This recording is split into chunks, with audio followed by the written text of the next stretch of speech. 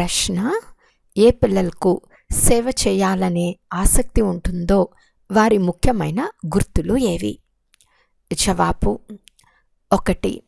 వారికి పాత ప్రపంచ వాతావరణం ఏమాత్రమూ నచ్చదు. 2. వారికి సేవ చేసి చాలామందిని తమ సమానంగా తయారు చేయటంలోనే సంతోషం ఉంటుంది. 3. చదివించటంలోనే వారికి విశ్రాంతి లభిస్తుంది. 4.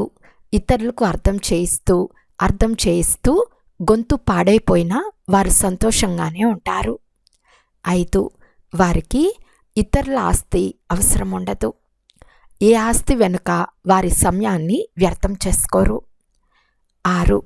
అందరి నుండి వారి సంబంధాలు తెగిపోయి ఉంటాయి, అంటే మోహం తెగిపోయి ఉంటుంది. 7. వారు తండ్రి సమానం ఉదార చిత్తులుగా ఉంటారు. వారికి సేవ తప్ప ఇంకేది మధురంగా అనిపించదు.